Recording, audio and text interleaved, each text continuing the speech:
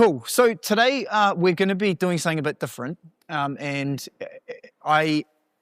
at the outset, I just want to say that I'm hoping that there'll be a lot of time for conversation. Okay. And so I want people to feel free to, be able to use this time to discuss. If you have any questions or thoughts, please feel free to ask. I might not be able to answer all your questions. But this is a bit more discussional today, so please keep it lighthearted and feel free to ask any questions if I say something that you want clarity on. Okay, in front of you, you will have a little booklet on your table. If you don't, there's some more up here that you can pass around. Grab one, and we'll be going through this today. And online, on the guys who are on Teams, if you click into the chat, I have actually sent into the chat on the Teams link there a PDF file, and that PDF file is exactly the same little booklet that I've handed out to everyone here, so you can view the material. Now, this stuff will be on the PowerPoint, so you will be able to follow along even if you don't have it. But just so you're aware, if you're on Teams and you click on the chat, you should be able to find that. Cool. So one of our focuses this year is sort of training ourselves in godliness, right? We talked about, or at least for me, these are some of the things that I've been focusing on. And so today is a sort of discipleship. Someone said, they can't open the PDF maybe, is what they're saying. I'm not sure. They might not be able to access that. Anyway. You can still follow along as we go. So anyway, where was I? Today is a discipleship workshop. I'm trying to help us, or at least some of my thoughts have been, how do we become more mature disciples of Jesus Christ? Okay, so that's sort of the thinking behind this. So in the last year as a church, I think we've grown a fair bit in our relationships with each other, our love for each other. When we turn up to a Sunday, we recognize everyone and we know each other's backgrounds and our stories. And so because of that, we've sort of, have this deeper bond. We know the struggles each of us have gone through. And at times we've been able to pray for each other and hear about those struggles. And that really just brings us closer and closer together. We're sort of creating a little family. And I'm really excited about that. And so today I want to help us to maybe even take another step in deepening, what it means for us to be a family. But I don't want that to take away from the real goal, which is ultimately for us to be people who love God most, with all our heart, mind, and strength, right? The most important thing is that we love God. And I believe that the way in which we are going to grow in our love for God is in community, is with other people around us who are encouraging us and building us up. So I've got a few verses, they're not in the booklet, that I want us to read, and then I want for you guys to just spend a few minutes just discussing what these verses mean to you. So let's just read through them now. If you have your Bible and you want to turn to them, you can. I will put the list up at the end. So feel free to just read along with me. So Hebrews chapter 3, verses 12 to 14 says, "Take care, brothers, lest there be in any of you an evil, unbelieving heart, leading you to fall away from the living God. But exhort one another every day, as long as it is called today, that none of you may be hardened by the deceitfulness of sin."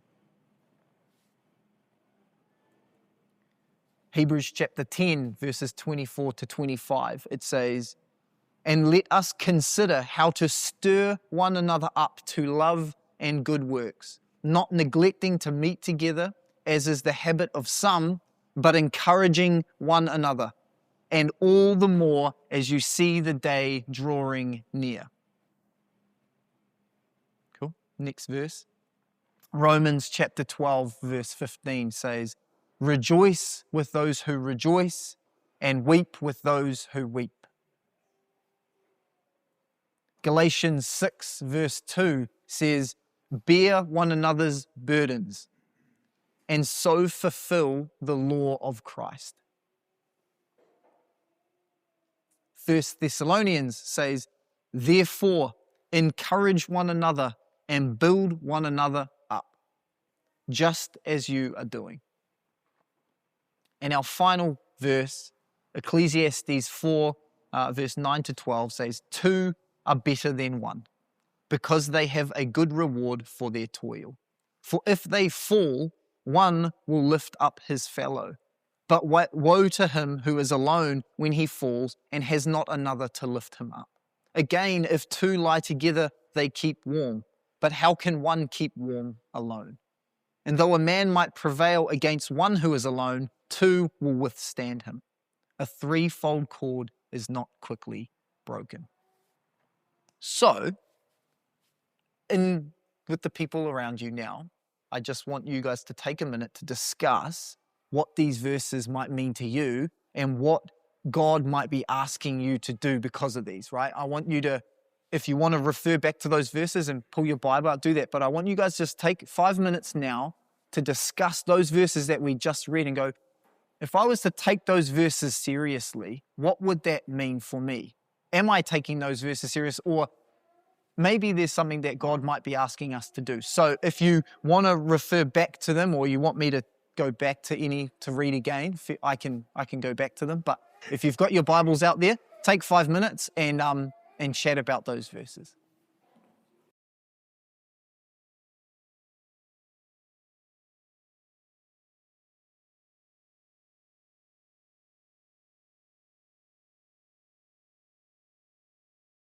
Okay, we might come back together now. Hopefully you've had a bit of a time to discuss that. I'd be keen to hear some of your guys' thoughts, or just to yell out a few ideas on what that meant for you, and what those verses might be encouraging you with. So anyone want to share something that you were talking about? We were just saying that it's so encouraging to know that you have fellow brothers and sisters that's going through the same kind of thing in life, or things in life, and you're not alone, and you don't have to be alone. That you are able to lessen the burden on yourself just by sharing with your brothers and sisters, and they help you through just by supporting you with prayer, putting you in front of the altar when you might not be able to, and I think that's what makes fellowship stronger in a church where we understand and know each other's problems, and we talk to each other, and we we're open about things. Michael just said, sin separates us from the love of God, or maybe separate us from God, but when you hide away and you keep it in the dark, that's where it really becomes a problem. And then when you have fellowship with someone and you're able to share it, that's when it comes back into the light, and you're able to get healing from it, and people bring and share love with you. Yeah. So, it's good. So good. It's sort of like that problem shared is a problem half. Yeah.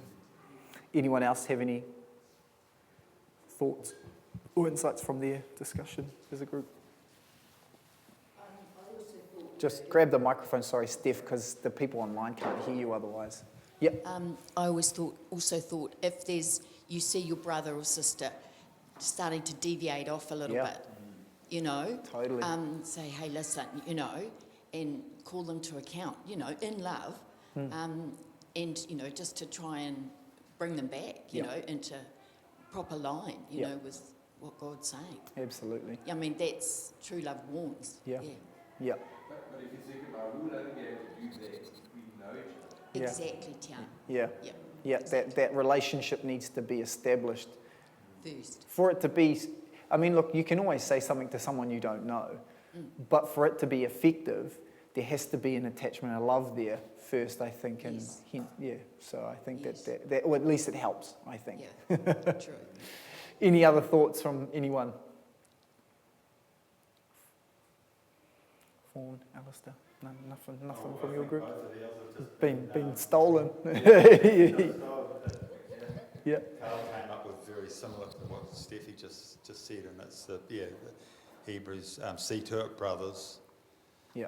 and sisters, that none of you has a sinful, unbelieving heart that turns away from the living God. Yeah. So we need to, Yeah. That's right. we need to be checking on the flock, holding each other accountable. Yeah. Which That's is right. exactly what Steve said, yeah. Cheryl, Sharon, did you guys have anything that you want to share? Grab the mic. We were talking about how it said daily sharing, and it's really easy for us to just meet on a Sunday, but we need to be actually quite deliberate about building these relationships on more than just one day a week. Yeah. And that unless we actually think about it in a deliberate, it just doesn't happen. Another week goes by. Yeah. Fantastic. Yeah. Yeah. If you just click the mute on that one, or Did I see you with your hand up? no, he was just giving me a thumbs up. Could you just turn that microphone off, or just mute it, and then perfect. Look, so I'm so grateful for you guys to share that, because I might as well just sit down now. You've got it. But today, what I'm trying to do is an attempt to basically take what these verses are asking us to do and turn it into something practical. How are we going to do that? How are we going to hold each other accountable? How are we going to lift each other up? How are we going to share our hearts with each other and do that daily? Right? What does that even look like? How would we begin? And so today is my sort of attempt, and I've actually these verses have been on my mind a lot. And so that has led me to looking at some different resources and different things, so that I could, try and piece some things together. And then through Michael sharing with me about an organization, I was able to discover some things. And so that's where today's coming from. But what I wanted to just quickly sum up for me is what these verses are saying. And I think it's over and over again in the scriptures, is that we as believers have been called to come together intentionally to encourage, comfort, build up, restore, stir up, and love one another, right? From those verses, those are the things that we've been commanded to do, right? So we must, these are things that we shouldn't take lightly. And they will help us to not fall into sin, to grow in love and good works, to remain strong through hard times and temptations, and to fulfill the law of Christ, right?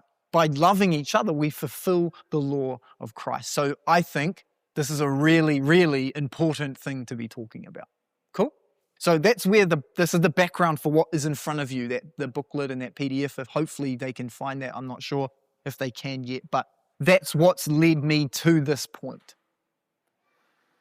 And the last verse that I wanted to share, just to give you an idea that Jesus took this seriously, it says at the start of Luke chapter 10, before he sends his disciples out, it says, after this, the Lord appointed 72 others and sent them on ahead, 2 by 2, into every town and place where he himself was about to go. So when Jesus sent out his disciples to go and evangelize and to preach the gospel and to go before Jesus' ministry through those towns, he sent them out in pairs.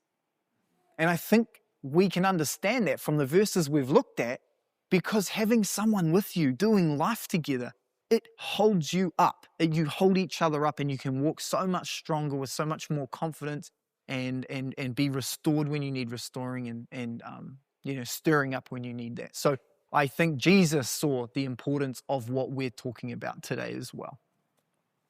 So,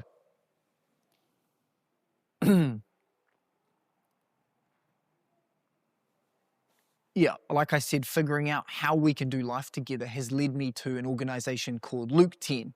And so I just read to you that verse from Luke 10, verse 1. And the Luke 10 movement is an organization that really is helping to call people back to a relational church model, a church that puts high emphasis on the relationships between each other and the people in it, rather than being program-centered or, pastor-led, like individual-led sort of groups. It's about community. It's about each and every one of us working together to grow ourselves and each other in our love for God. So I think Luke 10 offers some really cool resources. And so today is sort of a combination of that, plus some of my own thoughts and experiences that have kind of come through the last few months. At this point, I want to say that I would love your feedback after these things. This is quite new, for me to do something like this. I haven't done a workshop or anything like that. And so I'm keen to hear your thoughts afterwards. And I don't want to force anyone to do anything today or going forward that they don't want to do. This is not you have to do this or see you later. This is an invitation to try something new for us, or for many of us, this isn't the only way, but it's a way in which we're trying to obey the scriptures, which is to love one another, right? So I'm inviting you to, but if you don't feel comfortable, you don't have to participate today or going forward, that's fine. And if that's the case and you want to come and talk to me, please feel free. I'd love to talk about that with you afterwards. Cool? So, Church of Two. What is a church of two? So if you've got your little booklet there, you can open that up to the first page. And on the left there, you'll be able to read along with me. So a church of two. Churches of two are the smallest expression of church that we have. It is when 2 or 3 people gather together in the name of Jesus Christ to intentionally build up, encourage, restore, comfort, correct, stir up, and love each other. The key word in that sentence for me is intentionally. Okay? How many of us have conversations with other Christians, other believers, and we might just get carried away talking about this rugby or sports or maybe we vent about our week, and so we share some of the hard things, but we're not intentionally there to comfort or build up or to love one another in a meaningful way, right? We kind of leave there going, oh, well, it was nice to talk, but there wasn't any, how do I say it? There wasn't any intentionality or purposefulness behind the conversation to lead us towards God. Does that make sense? I'm sure we could all probably think of times where we've had a conversation with someone and it was just a vent fest and we got everything off our chest, but then that was sort of where the conversation stopped. Or maybe we just had a conversation, we came to church and we got talking about sports or the rugby and we left and we didn't actually have any super meaningful conversations that were at a heart level, right? And so those things aren't necessarily bad, but if that's all we're doing in our Christian fellowship, then we're going to remain shallow, right? And so what this church of two idea here is about is creating an intentional practice for us to meet together with 1 or possibly 2 other people where we come together to intentionally build each other up into love and good works, right? Does that make sense with everyone? Yeah, so far? Cool. And so, I want us to be a church where we have these intentional practices where we are all intentionally growing together and loving one another. So when we can do this, I think we're going to grow in our love for God and for each other. And it's going to help us, stay resilient in hard times throughout our lives when we know we have that person, those people around us supporting and holding us up. Now, for those who are married here, you're going to probably understand what I'm talking about quite clearly. Having that person in your life who you can do life together with, that person who you can go to, you talk together, you share your struggles and your triumphs, and you hold each other up, right? It really helps. I know for me and Kayla, over the last 9 years, I think, coming up 9 years this year for us of marriage, and I would say without her, I wouldn't be the person that I am today. And I'm sure that all of you married couples could probably agree that your partner has shaped you in so many ways. And so having that person with you is so integral to our life. But what I'm going to invite you to be a part of today is to think about how maybe you could invite someone else outside of your marriage, someone else in the community who you could do these things with. Okay, and we'll get back to this at the end. But I'm inviting. I would be encouraged to see people who, connecting with each other as well. So, what does it mean to do a church of two? What does that look like? Okay, I'm going to walk us through some of this stuff, and then we're going to do it. Okay, so bear with me. We'll get to this discussion. I'm just going to walk you through some of the steps, and then in your groups, I'm going to ask you to do that with the people around you. Cool? So, step one. I should add at the start that today I'm only going to be going through step one just because of time. There's actually 3 steps in the booklet that you'll see, and I'm only going to be focusing on step 1 today because the other 2 steps, they're fairly self-explanatory. However, this first step here is the one for me that I think if we start off and we get right, it really helps build the other 2. And maybe in another session, we might carry on with the other things. So we're going to just be focusing on step 1. So this idea of Church of Two has 3 steps, and the first step is called checking in, subtitled Connecting Heart to Heart. So what is checking in? Well, it is about being joy-fueled through connecting heart to heart with each other and God. This practice helps us pay attention to and share our heart, how we're truly feeling, with each other, and it helps us to learn to listen and respond well to others as they share their heart with us. And there's 2 really important points in that sentence that I want to highlight. 1, it helps us to learn how to share our heart. This is something that I think our culture and our world, we really struggle with. How many times has someone asked you how you are and you just, I'm good, right? In New Zealand, we are so guilty of this, right? We're so guilty of just saying, oh, I'm okay, thanks. And in that moment, it kills any possibility of deepening a relationship. Does that make sense? How many times have you done that? I'm sure, I know I can't even count. It's countless times. Because sometimes we just go, I can't be bothered talking about how I actually feel, so I'm just going to say I'm good. And actually, that's a lie, nearly, right? And we should be careful to do that. But we're not going to get into that too much. But what I'm going to challenge you guys with is that maybe it's because we actually haven't learned how to share our heart very well. Maybe we've never done it before in a proper way. So today we're going to learn a bit about how to share our heart. And then secondly, we're going to learn how to listen and respond well. Okay, because listening and responding when someone shares their heart can do a couple things. 1, it can build the relationship stronger, or it can actually destroy a relationship. And so we've got to be careful in this culture that we're setting of sharing our heart with each other, not to harm those who are trying to, find support and encouragement from us. Cool? So those are the 2 things that I really want us to focus on today, is how to share and how to listen. Cool? And so we're going to be talking about a few things. So what does this look like practically? Well, the first part there's 7 steps. And the first 4 I want to go through individually, and then the second couple you'll see in a minute why I've broken them up. So if you can read along with me here, it says step 1, so you'll be in a peer. But today you'll be in a group, so you can just do this with everyone and take turns. But number 1 is person 1 shares with person 2 or the group how he or she is feeling and why.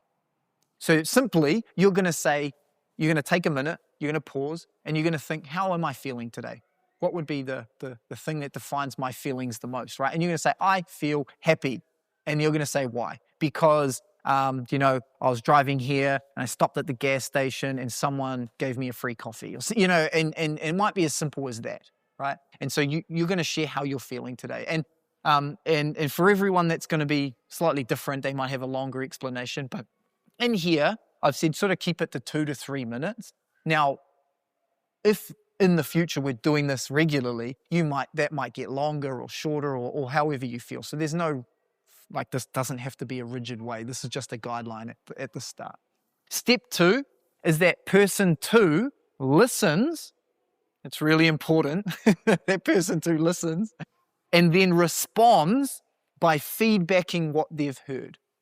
And so you're going to start off, I've put in brackets there, with Michael's favorite sentence, what I'm hearing from you is. And what this sentence does is it shows the other person that you heard how they are feeling. You've showed them that you care enough to listen, to take the time, and to respond by saying, what I'm hearing from you is that you are happy because someone gave you a free coffee when you stopped today, right? As simple as that. And they're going to go, perfect, you heard me. Now, step 3 here is just sort of a confirmation. Person 1 is going to confirm whether person 2 heard them correctly or not.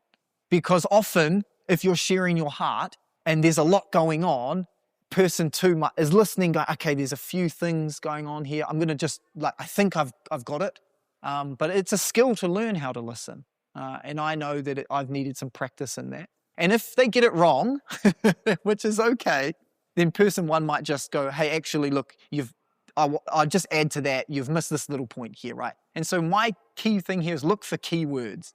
That's something that Michael actually shared with me is as this person's talking, they might share some key words to how they're feeling or why they're feeling that way. So keep an eye out for that and hear what they're saying. So it's about sharing, listening, and responding with and just feedbacking how they're feeling. And then the final step of this first part is simply that the person listening, the person hearing, is going to thank the person for sharing, right? It's as simple as thank you for sharing your heart with me. That's a really simple thing. And what you're doing there is just affirming that person, and you're saying, you might even say, if they share something heavy, which we're going to get to in a minute, you're appreciating them for being open and vulnerable with you. Cool? So it's a pretty simple first 4 steps. But what it does is it brings us to a really deep place quickly. It helps us to share our hearts with each other. It helps us to listen, and it helps us to get at what is affecting us the most. Now, in a day where we're feeling really good, it might be a really quick check-in, and both of us go, hey, we're doing good. That's great. And it's as simple as that. However, there's going to be days where someone, your partner, might share a heavy emotion, okay? And they're going to share that they're not feeling that great, that they're doing, things are hard. And so we're going to move on here to step 5 and 6. And this is the section about dealing with heavy emotions. So when someone shares with you that they're not doing good, so they're sad or they're angry or maybe they're depressed, maybe they are ashamed of something, whatever it is, if they're feeling one of these heavy emotions, guilt or shame, one of these things, we want to make sure that we respond in a way that we can help them, we can love them, and ultimately comfort and restore them. Okay, there's, when someone shares us with a heavy emotion, it actually is quite easy to damage a relationship at this point. So these are some of the practices that I've been learning about how we can maybe respond to people when they share a heavy emotion. And so the first step here is if someone shares a heavy emotion, we're going to thank them for sharing with us, which is step 4. And then step 5 is we're going to ask them a really important question. Okay, and I think this is really, really key in responding well. I've written it in 2 ways here. We're going to share with them, what would you like most today?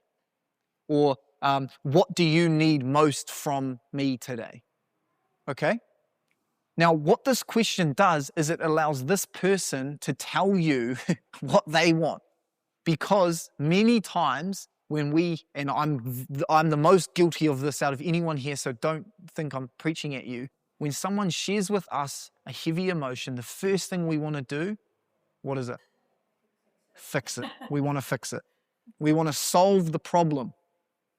And I know I'm so guilty of this, but actually trying to solve the problem for that person when they don't want you to solve the problem is actually going to damage the relationship rather than help it. Even if you're right. That's the key here. Even if you're correct, the person, if they're not willing to receive that advice or at this moment, then we need to learn how to just hold back and let that come out in a natural way. So we're going to ask the question, what do you need most from us? And we're going to give them 5 options. Okay? There's these 5 options. The first option is it enough that you have shared your heart with me? And should we just carry on the normal rhythms, which you'll see like praying together and then takeaways, right? Is that enough that you've just shared with me? Because sometimes that's enough. Sometimes people just need to get it off their chest. They've shared it and we move on. The option 2 is we could pray for you together now. So as a peer, you can take a minute to pray and to just give this over to God and just to share that with the Lord and let Him enter into that space. Cool? The third option is that we could listen to God together. So we could pause, we could take a few minutes and just say, Lord, is there anything that you want us to know about this situation? And the Lord at that time may give you a verse. He may give you, something to think about. And I've had a few experiences with this that have been very helpful for me with other people. When we actually took some time and we, Lord, is there anything? And the person that I was praying with said, I feel like the Lord is saying to me, wants to challenge you about this. And so he was, it was actually a really affirming thing for me that someone else was listening to God for me. Because sometimes in those moments, we're not in the headspace to go to God with these things. We don't quite have that sort of patience or that time for those things. Now that step, I'm aware for some people might be a little bit uneasy and might not be your bread and butter of listening and being quiet. But I would encourage you to read through specifically some of the Old Testament passages where the prophets went and were quiet with the Lord, where they listened to God. Read about Jesus going off to the mountain to spend time in the presence of the Lord and listening to Him. So I think this is a really important practice and can be a really helpful one too. Fourth is I could share my stories and advice from when I was in a similar situation. So this is the advice one. So someone could ask for your advice or how you dealt with a similar situation. And then number 5 is, do you want coaching in this area? Now this 5th step is definitely helpful when you're in a group. Someone might not feel comfortable going into all of this or sharing or hearing advice from everyone. And so they might ask for just a one-on-one meeting with someone. But when you're in a peer, someone might share with you a really heavy feeling, and you may just be like, well, look, I don't have any advice. Maybe, it's beyond you. And so they might need a counselor. They might need a professional to actually help them to work through some of the things that they are dealing with. And so they may ask for you to support them in finding that help. So if you can offer that help in a one-on-one coaching session, because you have that experience, great. But for many of us, we don't have that experience, especially when it's coming to really heavy, dark, deep sort of traumas that people might be dealing with. Cool? Does that make sense so far? I know I'm moving through quickly, and you can refer back to your booklets when we go through this in a minute, but are people happy so far? Yeah, making sense? And step 7, people then swap positions and repeat, okay? So person 1 is going to swap over, become person 2, and you're going to listen and you're going to repeat it with your peer. And today you're just going to do it with your group, okay? So if there's 3 or 4 in your group, just go through your group and take a turn to share, and then maybe one person take a turn at listening and responding and doing that together, okay? Now, just before we jump over to doing this and take a minute to actually give this a go, I want to just quickly go through this next part. So if you turn on to the right to the back page, okay, so like I said, we're going to skip over step 2 and 3 today, and we're just going to focus on step 1 just for time. And so this is about identifying our feelings and emotions. So this is about paying attention to our hearts. And so, before we jump into our groups, I just want us, maybe some of us have never been asked the question or tried to answer the question, how am I feeling? Right?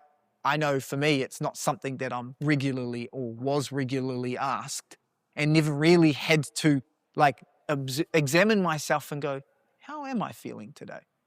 And why am I feeling that way? This is a really interesting practice to do for yourself. And so I've found this really helpful chart through the Luke 10 stuff, and there's an acronym that's SASHET, SASHET.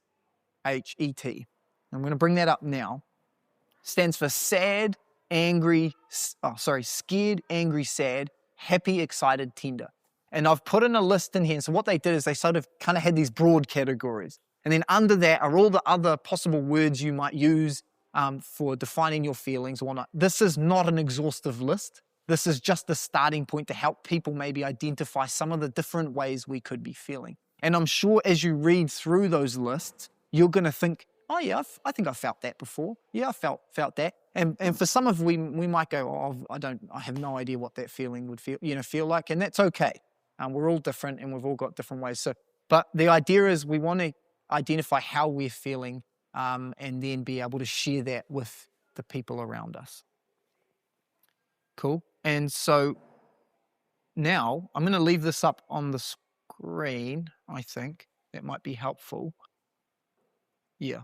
I'm going to leave this up on the screen, and what I'm going to ask you to do, if you want to, I'm not forcing anyone to do this, but if you would like, with the group around you, to go through these steps together, if you feel comfortable doing that. If you don't, then you can either listen and just observe, and just when it comes around to you, just say, hey, look, I'm okay. Or if your group doesn't want to do it, you feel free to just talk with those around you. Now, this is going to be clunky. It's going to be awkward, and it's going to be weird, I'm sure, for many of us, because we've never done it before, right? But the idea here, and I want to say this as nicely as I can. For me, when I've been doing this with Michael, or something similar with Michael, for the past probably 3 months now or so, and we do this as close to daily as possible. It's definitely not daily because we're busy and we always have stuff come up. And our conversations end up turning into other things anyway. But the point is for me, we've created our own way of doing it. And so to start with, you're going to do these practices, and then you're going to go, hey, look, you're going to find it the way it naturally works with the people around you and the peer that you do this with, okay? So you don't have to do this forever, and I'm not asking you to do this for the rest of your life. I'm saying this is a starting point for us to be faithful to those verses that we read before, to encourage and build each other up, okay? So if you would like to give this a go for the next 10 minutes or so, that would be great. And then we will come back together just to finish off with a few more thoughts, and then that will be us. Cool? Thank you, guys.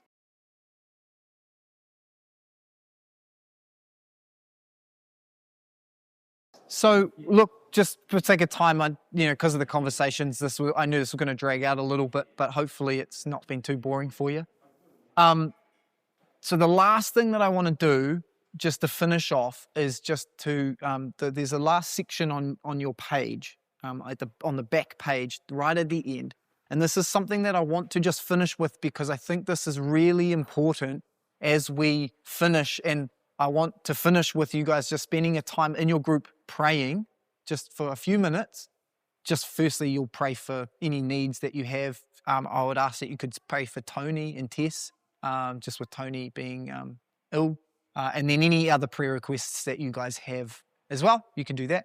But I want you guys to spend some time praying about possibly who you could do this with. Okay, so we'll talk about it at the end, but I want to go through this last thing so that if you are going to choose to pursue this, there are some sort of guidelines that we want to keep to make sure that these remain safe and encouraging places for people to be a part of, okay? So I've just written a little thing here. You can read along with me. It says, creating a safe environment is crucial in forming any healthy relationship. If people feel unsafe, connections will remain shallow, ineffective in helping us grow, and possibly even hurt and damage the relationship. Feeling safe enables people to share from their heart and to work through the things that are affecting them the most. And below are some ways that we can promote safe and loving relationships. Okay? So I've got 7 points here that I just want to just quickly talk about. And if anyone has any thoughts that they would like to jump in and share while we talk about this, you're welcome to. My first point here is that what is shared, or we keep everything confidential. Now, what this means is that what's shared in your relationship is not going to just be spewed out to any other random person, okay? Now, in talking with Michael about this in the last few days, there are a couple things that we would add. Firstly, unless it's made clear that it's okay to share these things with other people, right? Then it's okay to share. So that might be, if you're sharing and they've made it clear that, you can pass on the story so that other people can be praying for them or whatever it is. If it's made clear that that's okay, then that's fine. The other thing is that if it would bring harm to themselves or someone else, then that might be a time where you need to share that with the right authorities or people. But I think the final point that I want to make here, which would probably help sum all of that up, is that we always have the best interest of the person, in mind, right? So we hold them with high esteem, and we want to love and respect them. And if we truly believe that the best thing for them is for us to share, or go to a counselor and say, hey, I'm worried about my friend because they've shared, then you might need to do that. But the idea here is we're keeping things confidential, and we're treating that person, we're treating what they're sharing with us with a whole lot of respect and confidentiality. Does that make sense? Michael, would you add anything to that? No. Yeah? Cool. Point 2 is a really, really important one. Make sure your partner feels heard. This is absolutely crucial. If your partner doesn't feel like they're being heard, they're not going to want to share. They're not going, Michael's always said, and there's something stuck with me, there's no point in sharing with someone who's not listening. And that our bodies can pick up on that. We can tell when someone's not, when they're looking off into the distance and you're talking at them and it's, they're not listening. So why would you share? And we will, it's very, very easy to just have a shallow relationship when people don't listen and people don't feel heard. Okay? So make sure your partner feels heard. That's why I've got that little phrase in there. What I'm hearing from you is, it forces us to be able to listen and hear what our partner is actually sharing with us. The verse that comes to mind here is, be quick to listen, slow to speak, and slow to get angry. And when in the angry part there, I would say react harshly would probably be a way to put that. Don't just jump in and try and respond. Go through the processes, okay? Point 3 is that feelings are honored and responded to predictably. So what this means, and the verse is 1 Peter chapter 3, verse 15, and we won't jump in there just for time, but the idea here is to validate your partner's feelings. So when someone shares with us how they're feeling, even if we don't agree, we might think, well, you're silly for feeling that. You might think that. That's the last thing you should say. What you should say is, thank you for sharing. I understand that this must be hard for you to be going through, and that this is, I want to be here for you and I love you, right? You're validating that they feel this way and you're saying to them, you're here to help them through it. You're here for them, okay? You do not want to make someone feel silly for the way that they feel, right? That's a very quick way to make that person feel unsafe in a relationship. And let them know you understand how they feel, or at least that you might not always be able to completely grasp how someone's feeling. Maybe you've never experienced that thing for yourself, but you're here to listen, you're here to help, and that you love them regardless. Part B of that point is about responding predictably, okay? If someone knows if someone can kind of predict how someone's going to respond, they're much more likely to go to that person. So if you know someone's going to respond in a loving, kind, calm manner, you're going to go to them and you're going to share your struggles. But if you don't know how someone's going to react, and maybe in the past they've reacted nicely, but then in other times they've lashed out and gotten angry and yelled at you, you're very unlikely to go to that person because you just don't know what they're going to do. So learning to respond predictably is really helpful. And so that, I think, is where those 5 options come into play. And so sticking to some sort of predictable response of saying, thank you for sharing. How can we help, or what would you like from us today, right? It gives them the opportunity to choose how they would like to progress with their feelings. And you're not going to then lash out and get angry at them or bite their head off or make them feel bad. Now, it may be something that they do need to be challenged on. It may be that they share a sin with you, right? And so you want to help them walk through that, but that might not be the time and place to do it right then and there, okay? So responding predictably. Number 4 is to treat each other tenderly and gracefully. No one's perfect, so don't be shocked when someone shares with you the fact that they're not perfect, okay? That's a really important thing to keep in mind. If these relationships get deep enough, you will learn about each other's struggles, right? That's the hope, because then you can help them come out of that. You can help them move forward and not live in that, right? So don't be shocked when someone shares with you that they've got something they've struggled with, or something's on their heart that's weighing them down, or whatever it is, okay?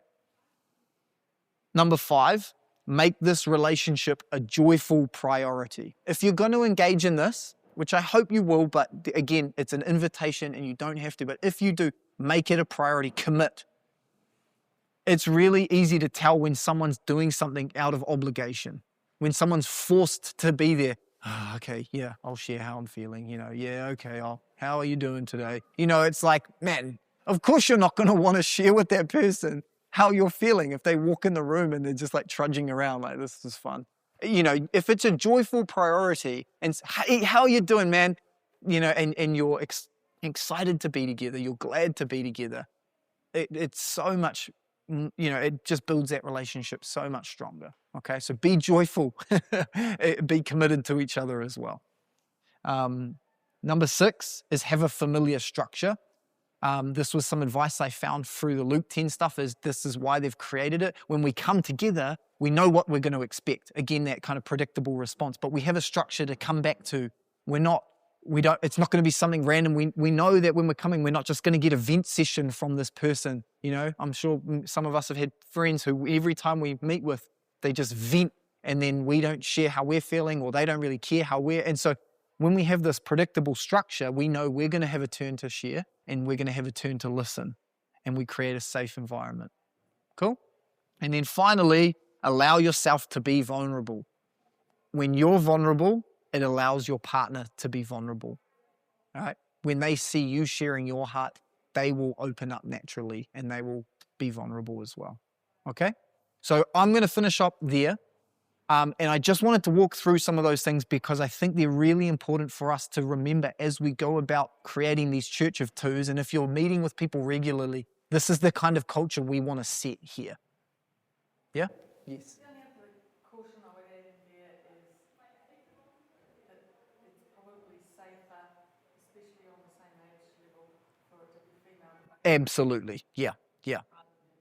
Yeah, I wouldn't, definitely. I wouldn't be recommending non-married couples, like woman and female to do, man and woman to do that. Sorry. Yes, I agree. I think it's really important, to keep this, men to men, woman to woman. But I think it's also very important for married couples to maybe use this in their own marriages. But yes, thank you. That is a very good point. I think in terms of the age brackets, Michael and I feel very comfortable sharing with each other, and we're not the same age. I think that's actually quite healthy to have the different age brackets interacting with each other and doing that. So I would, anyway, we're going to move on because the final part, I just want to encourage you is to think about, I'm just going back up to the top now, is to think about whether this is something that you would want to bring into your life, okay? So right now, what I'm going to ask you guys to do is as a group, just spend some time.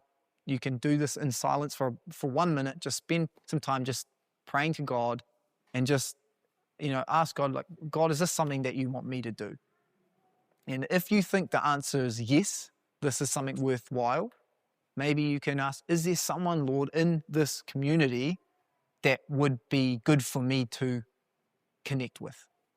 Okay? So that's the first couple of things I want you to spend some time thinking, and you can even talk about it within your group. And maybe after you finish praying, just share with the ones around you what you think God's leading you to do. Is God leading you to engage in this? Or is maybe it's, hey, for now, I'm too busy. I can't quite do that, commit to that. And you can share a bit about why you might not want to engage with this right now. Okay? But I want that to be your decision. No one else can force you to do this, and they shouldn't either. So it's up to you. And then as well, if you could just pray for each other, and then we'll wrap up and have some lunch, okay? So that's us. I'm going to close up and finish up, and the guys online can carry on talking as well. So thank you, guys. Hopefully that made some sense. I would love your feedback as well. So from today, this is a bit of a different thing for me. I haven't done anything like this before, the structure. So I would love to get your feedback, your thoughts. If there was anything that came up that you were like, oh, I'm not sure about that. If there was anything you thought was really helpful or really good, please share that. And if we could improve that in any way, would be helpful as well. So thank you. And I'll leave you to pray and spend some time together for 5-10 minutes, and then we'll have some lunch. Cool. Thanks, guys.